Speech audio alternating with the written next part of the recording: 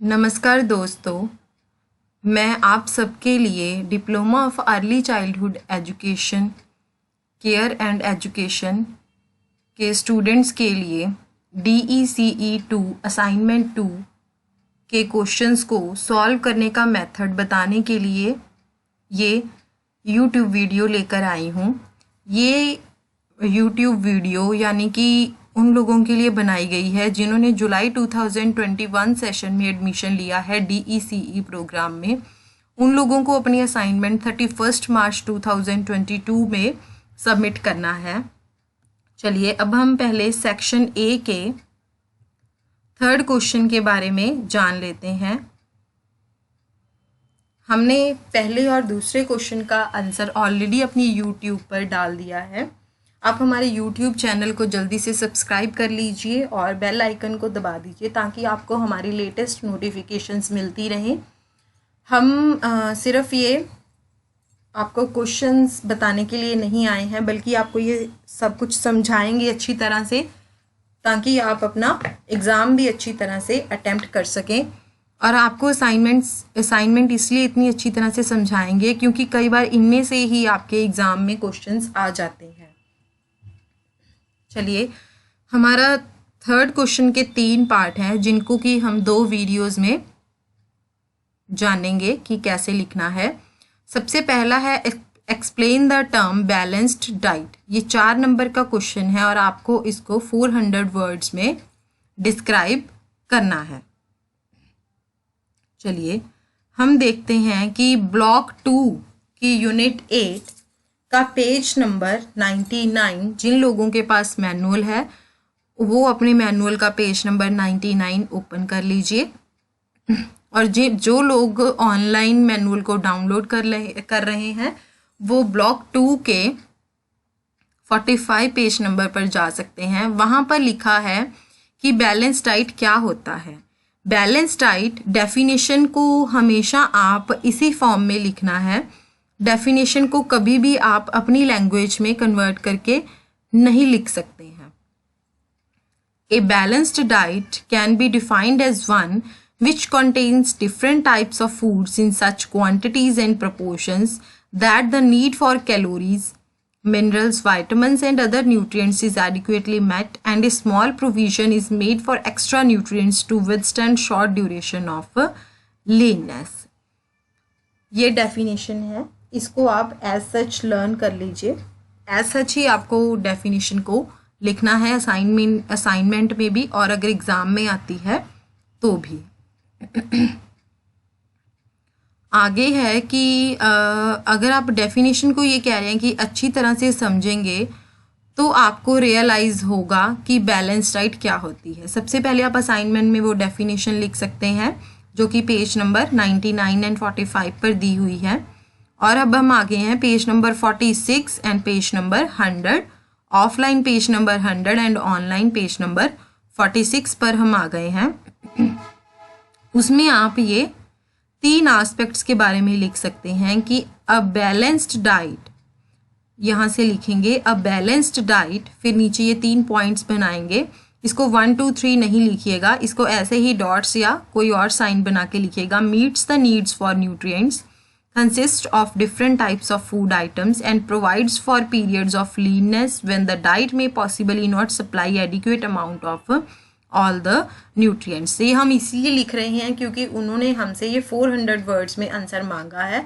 Otherwise अगर आपको आए एग्जाम में कि आप बैलेंस डाइट को डिफाइन कीजिए तो सिर्फ आप वो जो ऊपर हमने डेफिनेशन लिखी है उसी को ही लिखेंगे, ज़्यादा डिटेल में लिखने की ज़रूरत नहीं है। अब आप ये डायग्राम भी बना सकते हैं। इसमें क्या है कि आप एक बैलेंस बनाएंगे। बैलेंस पर आप एक साइड फूड लिखेंगे और दूसरी साइड आप न्यूट्रिएंट्स लिखेंगे, या अपनी कोई ड्राइंग भी बना सकते हैं। और नीचे ये लिखेंगे कि different foods in the right amounts and proportions provide all essential nutrients and hence make a balance diet.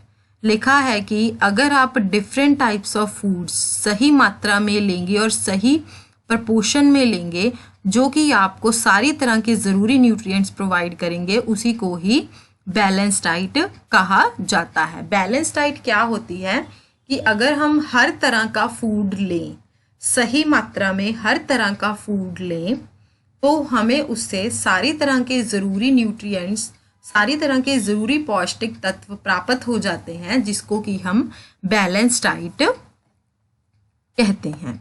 अब बैलेंस डाइट क्या है? A balance diet meet the nutrient needs. A balance diet consist of different types of food items. वही की different type of food items होती हैं इसमें, और ये हमारी न्यूट्रिएंट नीड्स को कंप्लीट करती है। Balance diet provide for the period of learners. जो हमने ऊपर 3 पॉइंट लिखे हैं उसमें इसको नीचे एक्सप्लेन किया हुआ है।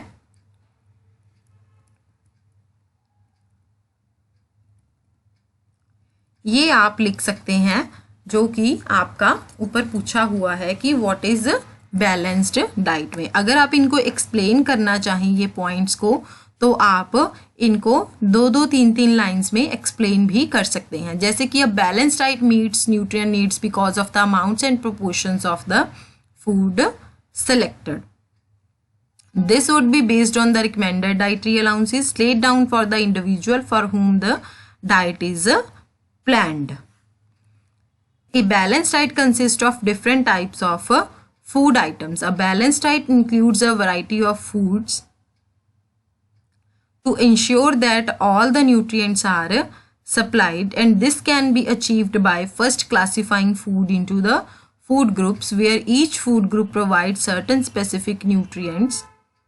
आप इतना भी लिख सकते हैं या आगे भी, and then selecting items from each food group to plan a balanced meal or a diet. कम से कम आप एक बार लिखने से पहले पढ़ लीजिएगा कि उसका कोई मतलब बनता है या नहीं बनता। नेक्स्ट है balance diet provide for the periods of leanness. आपको 400 मार्क्स में इतना लिखना पड़ेगा, जो कि मैं आपको बता रही हूँ। ये 3 पॉइंट और उसके अंडर आपको थोड़ा थोड़ा लिखना पड़ेगा समझाने के लिए। Balanced diets also provide for the period of leanness. This implies that there is a safety margin or a little extra for those times when you don't meet your nutrient needs adequately. A normal individual consumes a variety of foods, but it is possible that on a given day he may not consume foods in the amounts he requires. But such an individual would not develop a deficiency if the diet meets the RDA on most days. This is because the RDA already include a margin of safety. आप ये diagram चाहे तो draw कर सकते हैं, नहीं तो इसकी कोई ज़्यादा ज़रूरत नहीं है। उसके बाद है आपका थर्ड क्वेश्चन का B part, describe any 2 factors involve in making balanced diets. 2 factors लिखने हैं। एक फैक्टर 3 मार्क्स का है। 600 वर्ड्स में हमने टोटल आंसर लिखने हैं, यानी कि 2 फैक्टर्स को हमने 600 वर्ड्स में लिखना है। आइए इसके बारे में आपको बताती हूँ। इसका आंसर भी आपको ब्लॉक 2 में ही मिलेगा। देखते हैं कि कौन से पेज पर है ब्लॉक 2 में।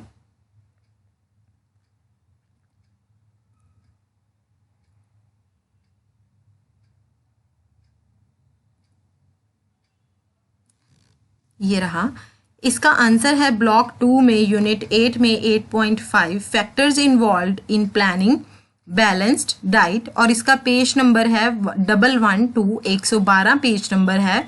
और जो ऑनलाइन जिन्होंने डाउनलोड किया है मैनुअल को, वो PDF ब्लॉक 2 की 58 पेज नंबर पर जाकर देख सकते हैं। पहले तो आप बनाएंगे, ये डायग्राम बनाने की ज़रूरत नहीं है। आप लिख सकते हैं कि major factors affecting meal planning, और ये आप सारे हेडिंग्स उसमें लिख देंगे। Nutritional adequacy, availability, income, acceptability, satisfactory value, economize on time, labour and variety in meals, meal pattern. अब आपने ये सारे हेडिंग्स लिखने हैं। उसके बाद आपने किसी 2 फैक्टर्स को एक्सप्लेन करना है। चलिए हम देखते हैं कि हम कौन से 2 इजी से फैक्टर्स को एक्सप्लेन करते हैं। इकोनॉमिक कंसिडरेशन, ये थर्ड वन है फूड एक्सेप्टेंस, नेक्स्ट है food availability, meal frequency and meal patterns, economising on labour time and fuel.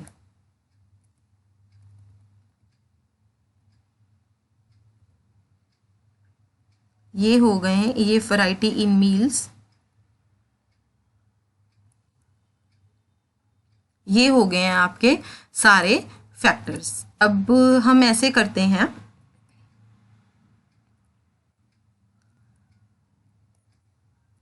सबसे पहले हम देख लेते हैं कि चलिए सबसे पहले हम डिस्कस करते हैं ये economic considerations. The income of family और more specifically the amount of money available for food per person influences the kind and amount of food to be included in each मील।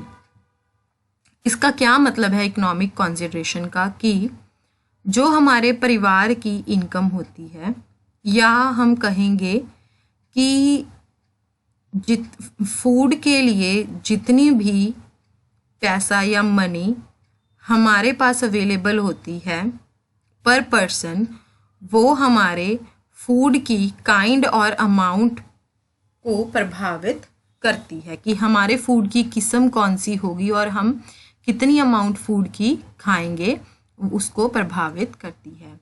मैं दोबारा रिपीट कर देती हूँ कि जो हमारे परिवार की इनकम होती है, या हम थोड़ा ज़्यादा डीपली जाएं तो उसमें क्या होता है कि घर में एक इंसान के फूड के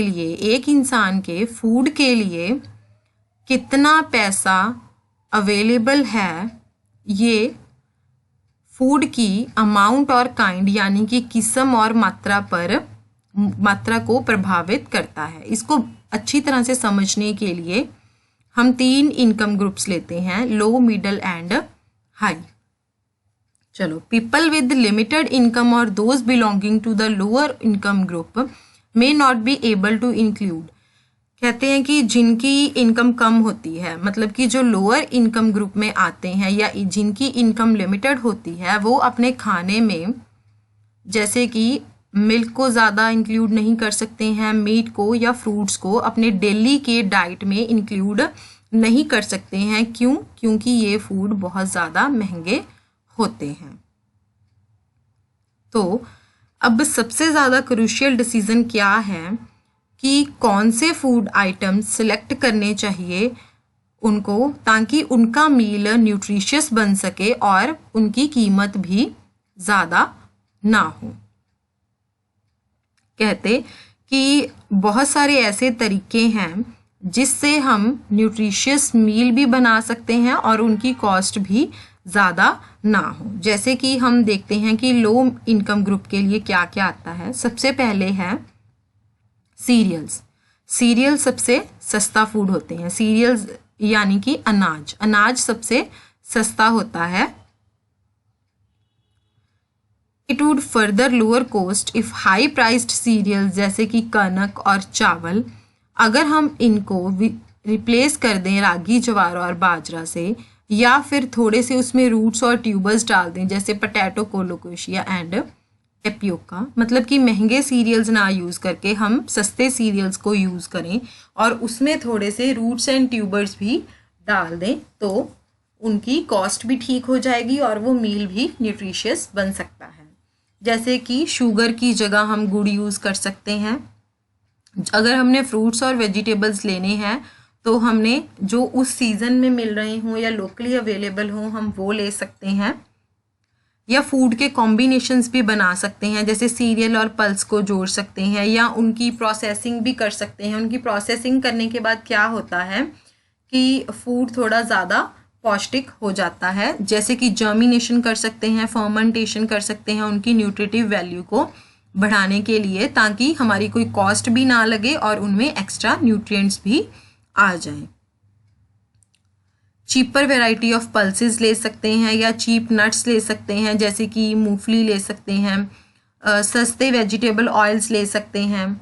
नेक्स्ट है, जो पीपल मिडिल इनकम ग्रुप को अफोर्ड करते हैं, मिडिल इनकम ग्रुप को बिलोंग करते हैं, वो थोड़ी सी ज़्यादा वैरायटी भी अफोर्ड कर सकते हैं। जैसे कि वो थोड़े सीरियल जैसे राइस और wheat, pulses, milk, fruits and vegetables include कर सकते हैं अपनी डाइट में। They can have more reasonable amounts of fats and oil and sugar in their diets. However use of nuts और oil seeds which are expensive would be limited. कह रहे हैं कि जो चीज़ थोड़ी एक्सपेंसिव होती है जैसे कि नट्स एंड ऑयल सीड्स, वो महंगे होते हैं, इसलिए उनको वो लिमिटेड करने होंगे। जैसे जैसे इनकम बढ़ती है वैसे वैसे इंडिविजुअल्स को, एक व्यक्ति को फ्रीडम मिल जाती है कि वो बहुत सारी वैरायटी ऑफ फूड्स को सिलेक्ट कर सकता है, चाहे वो सीज़न हो उस चीज़ का या फिर उस चीज़ का सीज़न ना हो, या वो लोकली अवेलेबल हो या ना हो, उसको वो बाहर से परचेज भी कर सकता है। जैसे कि मिडिल इनकम ग्रुप के लोग मिल्क एंड मिल्क प्रोडक्ट्स को कंज्यूम कर सकते हैं, मीट को कंज्यूम कर सकते हैं, वेजिटेबल्स, फ्रूट्स, फैट्स और ऑयल्स को कंज्यूम करना अपना बढ़ा सकते हैं। क्यों? क्योंकि अगर उनकी इनकम इंक्रीज होती है। बट ध्यान देने वाली बात यह है कि जो फूड्स फैट्स और ऑयल्स या शुगर होते हैं उनको ज़्यादा अमाउंट में नहीं लेना चाहिए, सिर्फ उतनी ही अमाउंट में लेना चाहिए जितनी की आपके शरीर को ज़रूरत है, नहीं तो ये आपकी बॉडी को नुकसान भी कर सकते हैं। यही पॉइंट्स हम इन्फेंट्स और प्री स्कूलर्स के लिए यूज़ करेंगे जो कि चाइल्ड केयर सेंटर में हैं। जो जितनी आपके पास इनकम होती है उससे आप डिसाइड कर सकते हैं कि आपने कितनी वैरायटी ऑफ फूड्स खाने हैं, पर हमेशा याद रखिए कि वो वैरायटी ऑफ फूड्स आपने बॉडी में इंक्लूड करने हैं जो कि आपके लिए न्यूट्रिशियस भी हों।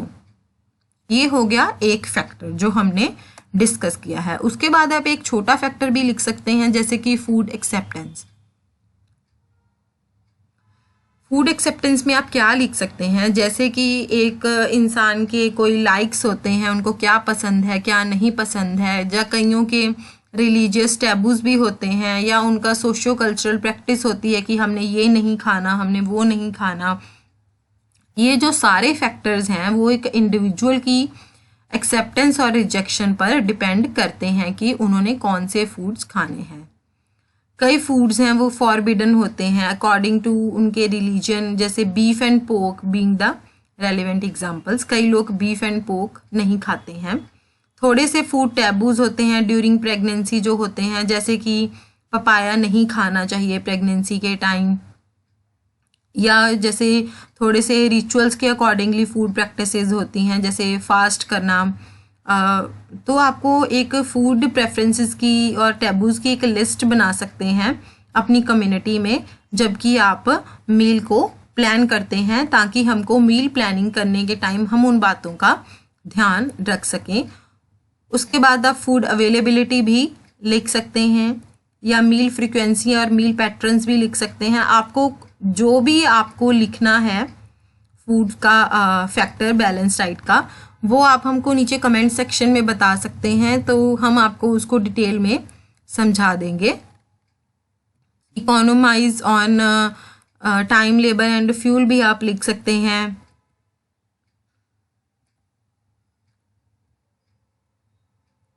या आप वैरायटी इन मील्स भी लिख सकते हैं, आपको जो भी अच्छा लगता है। पर आप एक बार इसको रीड आउट ज़रूर करिएगा लिखने से पहले, कहीं ऐसा ना हो कि आप इसको देखें और ऐसे ही लिखते रहें। डियर लर्नर्स, मैं एक्सपेक्ट करती हूँ कि शायद आपको ये समझ में बहुत अच्छी तरह से आ गया हो कि आपको असाइनमेंट में क्या लिखना है और क्या नहीं लिखना है। पर फिर भी अगर आपकी कोई क्वेरी है या आपको कुछ समझ में नहीं आया है तो प्लीज़ आप हमें कमेंट सेक्शन में बताइए। और जो क्वेश्चन 1 और 2 के आंसर्स हैं वो हमने अपने यूट्यूब पर पहले अपलोड किए हैं, प्लीज़ आप उनको जाकर देखिए और असाइनमेंट बनाना शुरू कर दीजिए। धीरे धीरे आप डेली इतना भी लिखेंगे तो आपकी असाइनमेंट मार्च तक आराम से कंप्लीट हो जाएगी और आप उसको सबमिट कर सकते हैं जल्दी से जल्दी। धन्यवाद। आपका दिन शुभ हो।